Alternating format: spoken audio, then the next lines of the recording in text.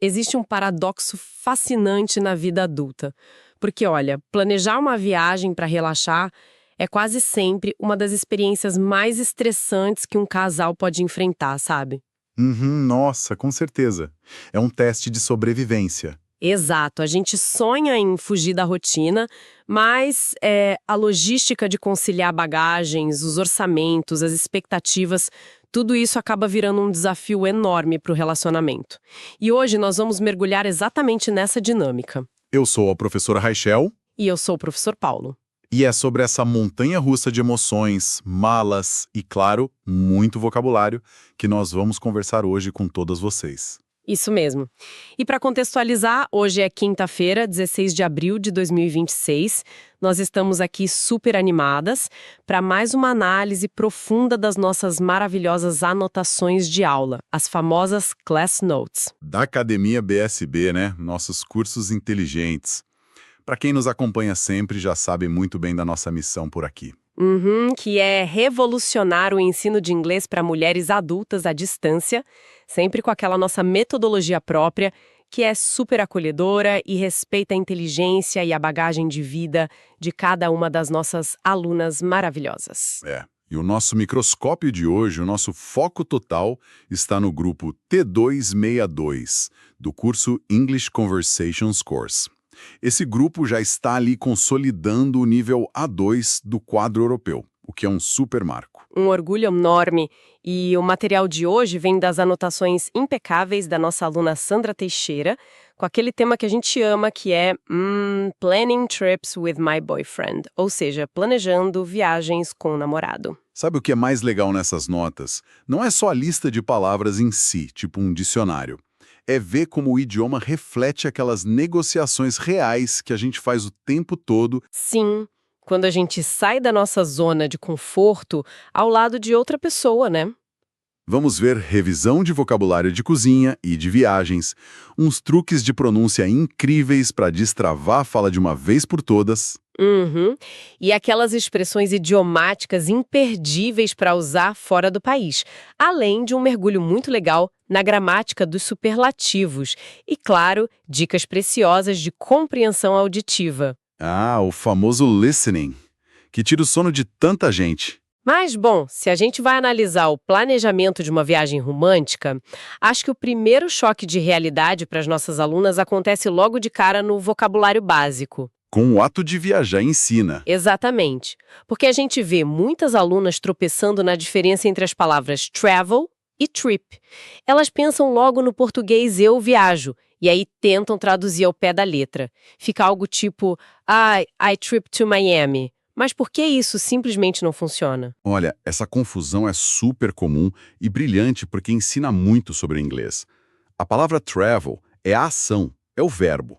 E tem uma curiosidade histórica aí. Nossa, eu amo a curiosidade histórica. Conta pra gente. Então, a origem de travel vem de um francês muito antigo, da palavra travailler, que na verdade significava um trabalho muito árduo, quase uma tortura. Mentira? Uma tortura? Pois é, mas faz sentido, pensa bem. Antigamente pegar uma estrada era fisicamente exaustivo, super perigoso. Então, a ação de te deslocar de um lugar para o outro, esse esforço todo, ficou como travel, tipo na frase I travel abroad, eu viajo para o exterior. Ah, então é por isso que a gente brinca que quem viaja com criança pequena ou com um parceiro que não ajuda em nada sente na pele essa origem de trabalho árduo, né? Mas e o trip? Onde é que ele entra nessa história? O trip já é o substantivo, ele é o evento, sabe? A viagem inteira, o pacote completo da experiência. Uma romantic trip, por exemplo, é o evento romântico. Ah, entendi. Então não é uma ação.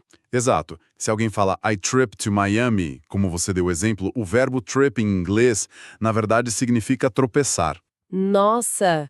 Imagina a cena, a pessoa tropeçando sem parar, desde o aeroporto aqui no Brasil até chegar lá nas praias da Flórida. Ia ser uma viagem bem dolorosa.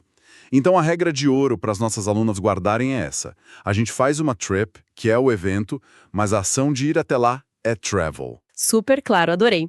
E já que estamos falando sobre viagens e parceiros, as notas da Sandra entram num território um pouquinho pouquinho perigoso, que são os traços de personalidade. E é aí que as máscaras caem, não é? Com certeza, porque quando a gente viaja junto, a verdade aparece. E as notas trazem uns adjetivos perfeitos. Nos pontos positivos, nós temos talkative, que é aquela pessoa comunicativa, falante. O que é super útil numa viagem internacional, né? É aquela amiga tagarela que não tem vergonha de pedir informação na rua. Sim, salva a pátria. Temos também supportive, que é aquele parceiro que te dá suporte, super acolhedor, ajuda a carregar as sacolas quando você passa do limite nas compras. Uhum. E tem o reliable, aquela pessoa mega confiável com quem você deixa os passaportes, e o hardworking, o trabalhador que planeja o roteiro todinho. Mas claro, a gente sempre tem a sombra de tudo isso. E o cérebro humano é engraçado, né? A gente fixa os defeitos muito mais rápido que as qualidades. Sim, o viés da negatividade. O que a lista tem de negativo aí? Olha, as notas listam impulsive, aquela pessoa impulsiva que quer gastar o dinheiro todo da viagem já no free shop. Temos jealous, que é a pessoa ciumenta, e um que eu adoro, stubborn. Ah, o stubborn é clássico. É aquele marido teimoso que se recusa a ligar o GPS de jeito nenhum porque tem certeza absoluta que sabe o caminho, mesmo no meio da Europa. Exatamente esse. E por fim, o lazy, a pessoa preguiçosa. E usar essa emoção, essa memória de um dia que o carro ficou sem gasolina porque alguém foi stubborn e não parou no posto, é o truque perfeito para nunca mais esquecer a palavra. Com certeza, a memória emocional é a melhor amiga do aprendizado das nossas alunas adultas. Mas falando em não esquecer as coisas, antes de viajar, a gente precisa deixar a casa em ordem, certo? Ah, sempre. Não tem como sair com a pia cheia. O que nos leva para a revisão da aula passada, que focou muito no vocabulário de cozinha. E tem uma coisa no inglês que me deixa pensativa. Tem muita palavra que soa quase igual, mas significa coisas tão diferentes que podem causar um desastre na cozinha. Uhum. Você está falando daquela diferença clássica entre pan e pen, não é? Essa mesma. O exercício 7 das notas pede para a aluna organizar os utensílios. E aí nós temos pan, que é panela, e pen, que é caneta. Imagina tentar fazer uma receita fritando ovo numa caneta. Ia ser um ovo bem difícil de comer. Essa diferença exige uma verdadeira ginástica facial da nossa musculatura, sabe? Como assim ginástica facial? É que, para falar panela, o pan, com a letra A, você tem que deixar o maxilar cair um pouco. É um som bem aberto. Pen. Ah, pen. A boca abre mais. Exato. Já para a caneta pen, com a letra E, os seus lábios ficam um pouquinho mais fechadinhos, os dentes mais próximos. Pen. E claro, o contexto ajuda demais, né? Nas notas de aula, a gente vê que a aluna precisava ligar os métodos de cozimento. Por exemplo, o verbo fritar, que é fry, combina com o quê? Combina com óleo quente, claro, o hot oil. E também tem bake, que é assar, que vai direto pro hot oven, o forno bem quente. E ferver, que é boil, com a água quente hot water. E tem mais vocabulário aí que complementa isso, como prato, que é plate, e tigela, bowl. E o legal é que esse verbo to boil, o ferver, serve tanto para o chá quentinho na nossa cozinha quanto para uma viagem. As alunas vão ferver muita água na chaleira elétrica dos hotéis, pela vida fora, principalmente em lugares gelados. Nossa, com certeza. Falando em frio, os destinos que apareceram na aula são maravilhosos. Ireland, a Irlanda, e Switzerland, a Suíça. Nesses lugares, a gente precisa muito entender sobre temperatura, a temperature, e sobre umidade, que no inglês é moisture. E aqui tem um ponto de atenção super importante para as meninas. É muito fácil confundir a umidade, o moisture, com a palavra wet, que significa molhado. Ah, é verdade. Parece a mesma coisa, mas não é, né? Nem um pouco. Wet é o molhado literal. É aquela chuva caindo na sua cabeça ou a roupa no varal que não secou de jeito nenhum. Entendi. E o moisture? O moisture é a umidade do ar, aquelas gotículas invisíveis. Então, quando você vai olhar a previsão do tempo para a Suíça, você confere a moisture do ar e se a temperatura está below, abaixo de zero, ou above, acima de zero. Maravilha! E nas anotações a gente vê muitos opostos. Tem o wet e o dry, molhado e seco. O temido heavy e light, que é pesado e leve. o terror da hora de pesar a mala no balcão do aeroporto. Nossa, nem me fale, o coração até gela.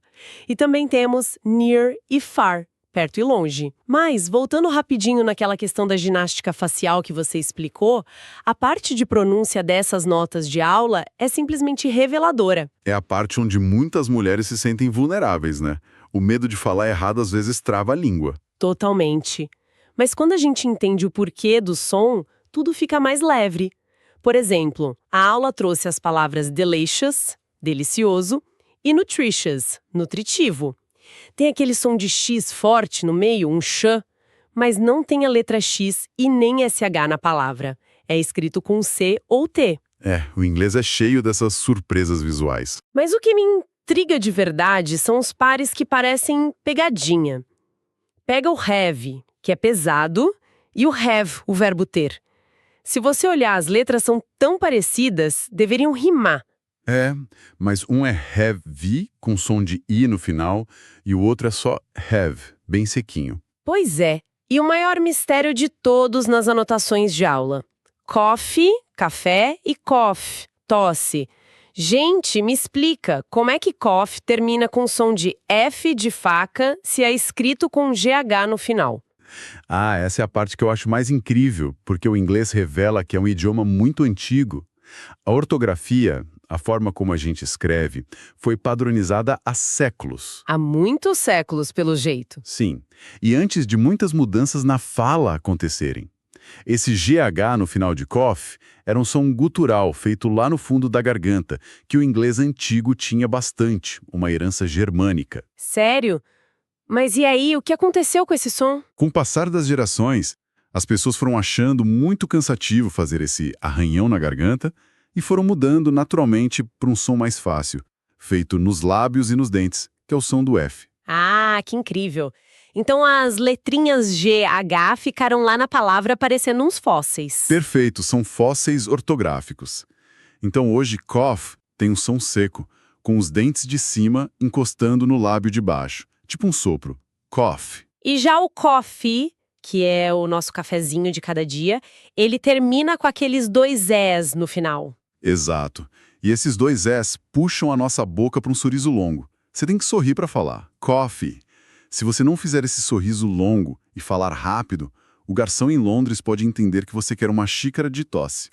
Deus me livre pedir tosse na cafeteria. E a mesma lógica de sons diferentes vale para most, que é a maioria, e must, que é o dever. Uhum. Must tem aquele som bem redondinho na boca, um O fechado.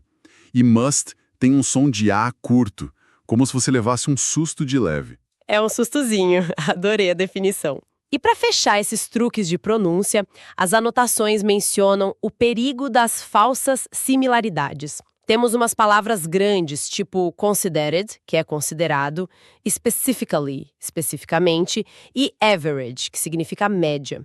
Mas a estrela da confusão é entre desert e desert. Ah, e esse é um clássico absoluto em qualquer restaurante internacional. Meninas, pensem comigo. Você vai pedir um docinho depois do jantar e pede areia. Por que elas são tão parecidas na escrita e na fala? É só uma questão de ênfase, a famosa sílaba tônica. Desert, com um S só e a força logo no comecinho da palavra, é o deserto, aquela vastidão cheia de areia. Tá, e o doce? O doce é dessert, escrito com dois S's, e a força vai toda lá pro final da palavra. E o truque psicológico para as nossas alunas nunca mais esquecerem é maravilhoso. Conta, pelo amor de Deus, porque eu sempre confundo. Pensa assim, a sobremesa tem dois S's na escrita porque ela é tão, mas tão gostosa que você sempre quer repetir. Você quer duas porções.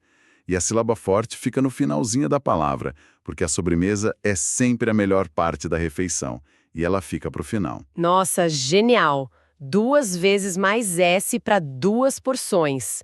Bom, e falando em restaurante e pedir sobremesa, vamos aproveitar que a boca encheu de água e fazer uma pausa super rápida para beber uma água e passar o nosso recadinho. Vamos sim, não saiam daí, a gente volta num piscar de olhos.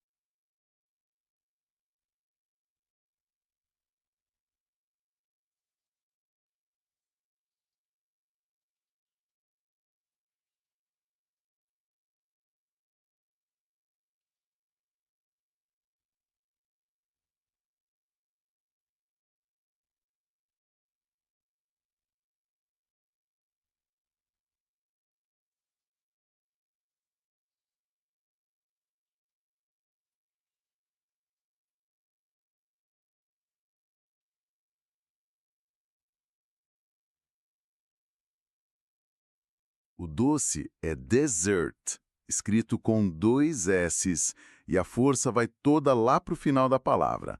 E o truque psicológico para as nossas alunas nunca mais esquecerem é maravilhoso. Conta, pelo amor de Deus, porque eu sempre confundo. Pensa assim, a sobremesa tem 2 S's na escrita porque ela é tão, mas tão gostosa que você sempre quer repetir, você quer 2 porções.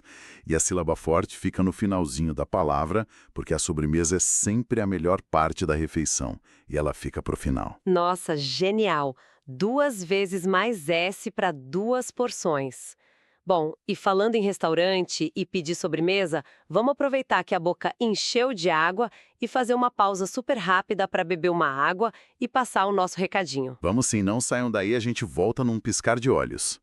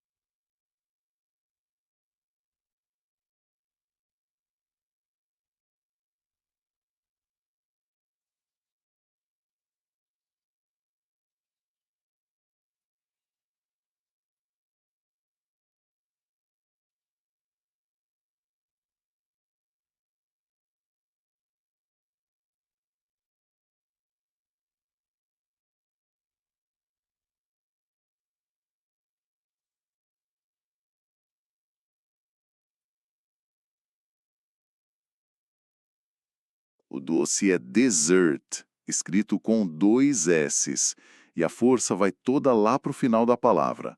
E o truque psicológico para as nossas alunas nunca mais esquecerem é maravilhoso. Conta, pelo amor de Deus, porque eu sempre confundo. Pensa assim, a sobremesa tem 2 S's na escrita porque ela é tão, mas tão gostosa que você sempre quer repetir. Você quer 2 porções. E a sílaba forte fica no finalzinho da palavra, porque a sobremesa é sempre a melhor parte da refeição, e ela fica para o final. Nossa, genial! 2 vezes mais S para 2 porções. Bom, e falando em restaurante e pedir sobremesa, vamos aproveitar que a boca encheu de água e fazer uma pausa super rápida para beber uma água e passar o nosso recadinho. Vamos sim, não saiam daí, a gente volta num piscar de olhos. E já estamos de volta, queridas alunas. E olha, enquanto a gente tomava a nossa água aqui, eu fiquei pensando naquele truque do deserto. Imagina só o garçom chiquérrimo de Paris vindo na sua mesa com um prato fundo, ele tira a tampa de prata e adivinha. Uma montanha de areia quentinha do Saara para você comer. Nossa, ia ser um desastre total, o fim do romance. Mas, recapitulando rapidinho o que vimos antes da pausa, a gente fez um panorama super completo, né? Passamos pela diferença vital entre viajar como ação e a viagem como evento. Isso mesmo, o travel e o trip. Revisamos também as personalidades do casal, desde o parceiro que ajuda muito até aquele mais teimosinho, o stubborn. Também limpamos a nossa cozinha mental, separando bem a frigideira da caneta e desvendamos os fósseis ortográficos nas pronúncias. Agora, meninas, toda essa teoria precisa virar prática, o que nos leva para a seção Use of Language das anotações. Essa parte é o coração da fluência, é onde a língua ganha vida de verdade. Exato, porque o inglês do dia a dia não é feito de grandes discursos decorados. Ele é feito de respostas curtas que salvam a nossa pele. As notas de aula da Sandra trazem ferramentas diplomáticas maravilhosas. Tipo o famoso it depends, que é o depende. Ou então I like both options, eu gosto das 2 opções. Isso evita tanta briga numa viagem, não é? Salva casamentos. Imagina a gente encenando isso. Digamos que estamos lá num hotel lindo na Suíça. Eu olho pela janela, frustrada, e digo, ai, it's raining. Tá chovendo. What should we do? O que a gente faz? E aí eu, querendo evitar conflito logo de manhã, solto. Well, it depends. I like both options. We can stay in or go out. Depende. Eu gosto das 2 opções. Ficar no hotel ou sair. Nossa, que diplomata! E aí a gente pode usar o conectivo da aula, o such as, que significa tal como, para dar ideias. Eu diria, we can do indoor activities such as visiting a museum. Atividades em lugares fechados, tal como visitar o museu. Perfeito. A conversa flui super natural. E além de planejar o dia, as notas também ensinam as alunas a falar sobre o passado e sobre a vida delas. Tem uma frase aqui. In the past, I used to go to church. No passado, eu costumava ir à igreja. O used to é tão bonito, né? Ele carrega uma saudade, mostra um hábito antigo que não acontece mais. E para voltar para o presente e para a geografia real, a aluna escreveu My boyfriend lives in Águas Claras. Meu namorado mora em Águas Claras. É aplicar a gramática na própria realidade dela. E já que a engrenagem do dia a dia está funcionando, a gente precisa falar do que dá tempero ao idioma, que são as expressões idiomáticas. Elas estão fresquinhas nas notas do nível B2. Expressão idiomática é o charme de quem fala, né? Faz você soar super natural, como uma nativa mesmo. Uhum. Só que às vezes a imagem mental que elas criam é muito engraçada. Por exemplo, hit the road, literalmente seria bater na estrada. Gente, que agressividade é essa com asfalto? Parece violento, mas a origem é ótima. Antigamente não tinha asfalto, só terra. E as viagens eram de cavalo ou carroça pesada. Ah, então os cascos dos cavalos batiam na terra. Exatamente. O barulho alto era o sinal de que a viagem tinha começado. Então quando a gente fala hit the road hoje, é um jeito bem enérgico de dizer pé na estrada, vamos embora. Adorei. E a lista de expressões da aula cria uma divisão super clara de tipos de viajantes. Temos off the beaten path, que é fugir daquela rota turística óbvia, ir para um lugar mais inexplorado. Geralmente, quem faz isso quer uma once-in-a-lifetime experience, uma experiência única na vida, ou só quer get away from it all, fugir de tudo e de todos. É o perfil de quem busca a paz mundial. Esse tipo de aluna costuma travel light, viajar leve, só com uma malinha de mão. Mas temos o oposto disso, claro, o perfil ansioso, o turista que quer fazer tudo. Aquele que quer make the most of it, aproveitar até a última gota e tá o tempo todo on the go, sem parar um segundo. E que muitas vezes precisa live out of a suitcase, viver com a mala na mão, pulando de hotel em hotel. O grande teste do amor é quando você junta um parceiro que tá sempre on the go, querendo correr, com alguém que só quer take it easy, relaxar. Nossa, se não tiver o it depends, dá briga certa. Imagina a cena. Honey, let's hit the road and make the most of it. E a outra pessoa, no way, I just want to take it easy today. É uma guerra fria no quarto do hotel. Mas enfim, depois que toda a loucura da viagem passa e a gente volta para casa, é a hora de contar as histórias para as amigas. E é aí que a memória humana sempre exagera tudo, né? Ah, sempre. O hotel nunca era apenas grande, ele era o maior de todos. O frio não era forte, era o mais absurdo. E é exatamente aí que entra a gramática genial dos superlativos, que foi outro super foco dessa aula. Superlativos são fundamentais para contar uma boa história. Mas olha, eu sei que muita aluna tem uma pulga atrás da orelha com isso. Por que o inglês foi complicar a vida da gente, inventando duas regras diferentes para o superlativo? Porque às vezes a gente põe aquele est no final da palavra e às vezes põe the most antes. Não podia ser uma regra só. Podia, mas a história meteu a colher aí de novo. O inglês moderno que a gente fala hoje é como se fosse filho de um casamento bem forçado lá do ano de 1066. Lá vem a história, ame-o. Quem casou forçado? Os normandos, que falavam uma versão antiga do francês, invadiram a Inglaterra, que falavam um idioma germânico, o anglo-saxão. E aí as línguas se misturaram. Certo. E o que isso tem a ver com o superlativo? As palavras que eram germânicas do povo da terra eram curtinhas, de uma sílaba só. Para elas, continuaram usando a regra germânica, que é colar o finalzinho est. Então, o tall, que é alto, vira the tallest, o mais alto. Entendi, a herança raiz deles. Isso. Mas a nobreza francesa trouxe aquelas palavras longas, chiques de várias sílabas. E colocar est nela soava horrível.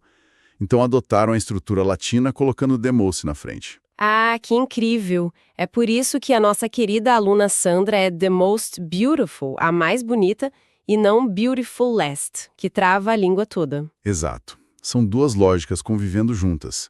E é por isso que às vezes as alunas, na melhor das intenções, tentam misturar as duas coisas e falam the most tall. É, o cérebro tentando arrumar ordem no caos. E nós ainda temos os adjetivos irregulares, né? Que são os rebeldes. Se algo é bom, good, o extremo não é goodest. O superlativo é the best, o melhor. E se for ruim, bad, o pior de todos é the worst. Tem muita gente que tenta falar the baddest, mas isso não existe na norma padrão, meninas. Fujam disso. Fujam do baddest.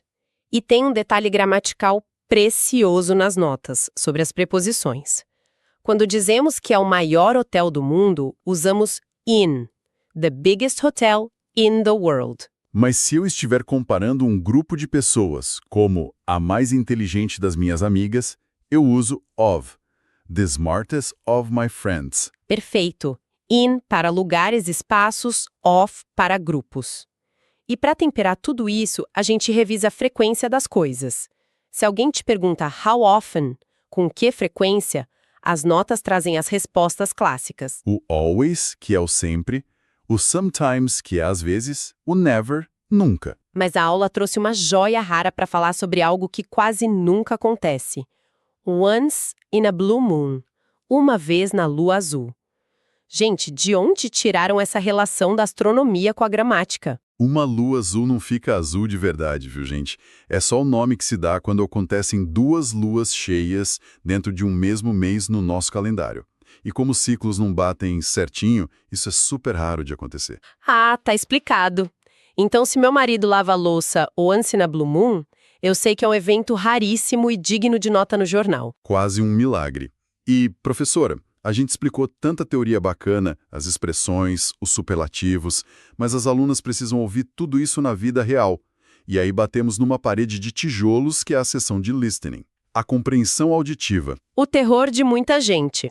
As notas de aula detalham a prática usando aqueles materiais reais com nativos, como o texto An Iceberg Desert e o áudio Vacation Opinions. Só para pontuar, a Antártica é chamada de deserto de gelo porque lá quase não chove nem neva. É uma questão de precipitação, não de ter areia, tá, meninos? Isso. Mas o desafio real do listening não é a ciência ou a geografia.